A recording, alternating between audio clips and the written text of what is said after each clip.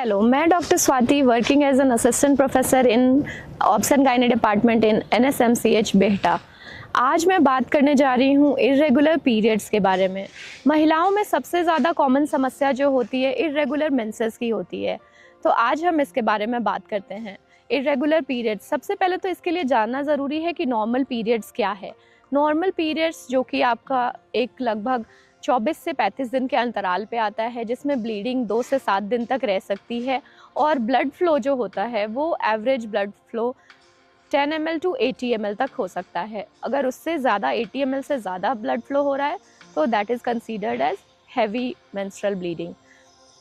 तो आज हम बात करेंगे कि महिलाओं में ये क्यों होता है, क्या क्या रीज़न्स हो सकते हैं जिसकी वजह से पीरियड्स इर्रेगुलर हो सकता है।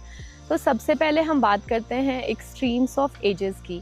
जो पीरियड आने का समय होता है, फर्स्ट पीरियड जिसको मेनार्की कहते हैं, वो आने का लगभग एवरेज एज होता है 11 से 13 साल।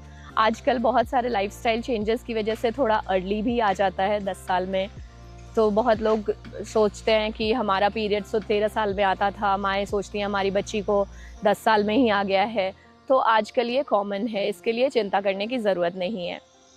उसके बाद शुरुआत जब होती है मेंसेस की, तो सबसे पहले HPO एक्सिस होता है, hypothalamic pituitary axis, hypothalamic pituitary ovarian axis. उसमें क्या होता है कि हाइपोथैलेमस से हमारे अंडाशय को एक डायरेक्शन मिलता है और एक सर्किट में काम करता है। हाइपोथैलेमस से पिट्यूटरी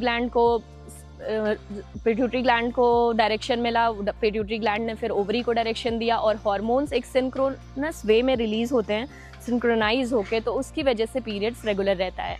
तो उसमें होता क्या है कि जब इनिशियली पीरियड्स आता है तो उस समय जो HPO एक्सिस है वो काफ़ी इमैच्योर होती है।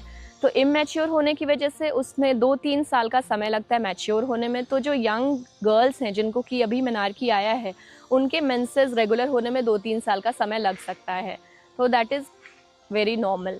और दूसरा है, जब हम बात करते हैं मेनोपॉजल एज में, मेनोपॉजल एज में जब पेशेंट्स जब जाते हैं लाइक 45 to 50 के बाद, तो उसमें भी पीरियड्स की समस्या होती है, पीरियड्स इरेगुलर हो जाते हैं, क्योंकि जो HPO एक्सिस है एक तरह से कहें तो एजिंग का इफेक्ट उस पर भी आ रहा है, वो भी अंडाशय भी बूढ़ी हो रही है, तो उसमें भी हाइपर मैच्योर एक्सिस हो जाता है। HPO एक्सिस जो है हाइपर मैच्योर है, तो वो फिर फंक्शन उसका थोड़ा डिरेंज हो जाता है, तो उसकी वजह से भी पीरियड इरेगुलर हो सकते हैं।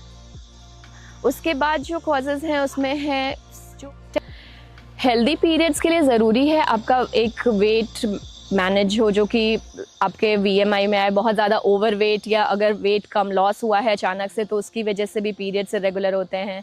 अगर आपका स्ट्रेस लेवल बढ़ा है, कुछ लाइफस्टाइल चेंजेस हैं, लाइक प्रॉपर स्लीप नहीं ले पा रहे हैं, तो वो सब भी पीरियड्स को अफेक्ट डालते हैं।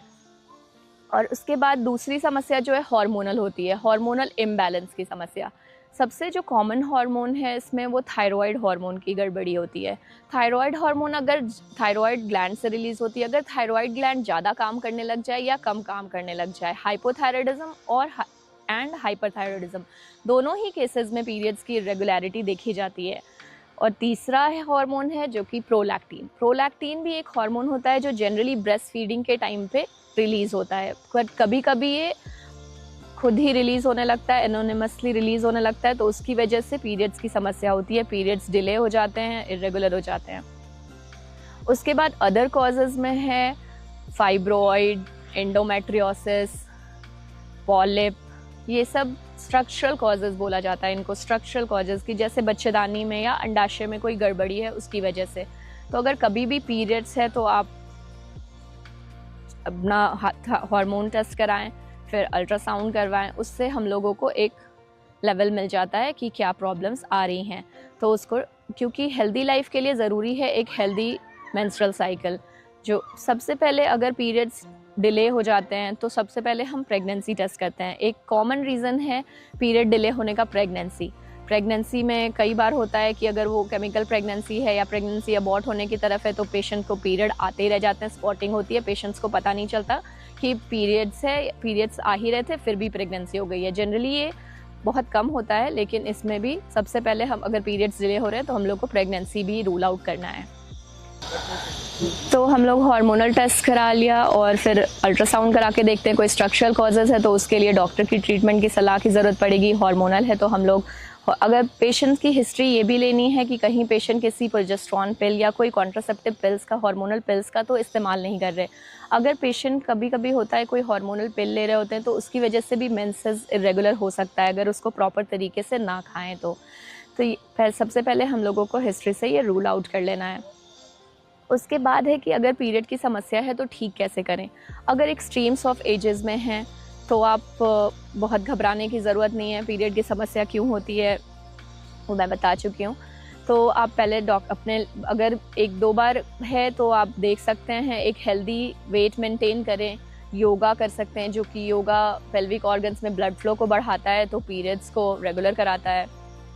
उसके बाद आप अपना स्लीप साइकिल, अपने खाने का तरीका, total you can say lifestyle modification कर सकते हैं जिसमें कि regular exercise, junk food avoid करना है, हेल्दी डाइट लेना है, प्रॉपर स्लीप मेंटेन करना है और स्ट्रेस से जितना दूर रह सके तो वो अच्छा है।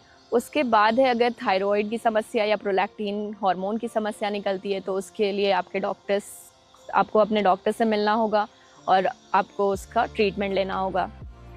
उसके बाद है अगर कुछ फाइब्रॉइड या इंडोमेट्रियल हाइपरट्रॉफी, पॉलिप ऐसा कुछ आता है तो आपको फिर डॉक्टर से मिलके उसका उचित इलाज कराना होगा। तो अगर आपके पीरियड्स 1-2 महीने के लिए रेगुलर हैं तो पहले आप ये सब ट्राई करें, लाइफस्टाइल मॉडिफिकेशन ट्राई करें। उसके बाद फिर अगर आपके पीरियड्स गड़बड़ हैं या इरेगुलर हैं तब आपको अपने डॉक्टर से परामर्श लेना चाहिए। हमारे पास आएँ और अपना इलाज कराएं।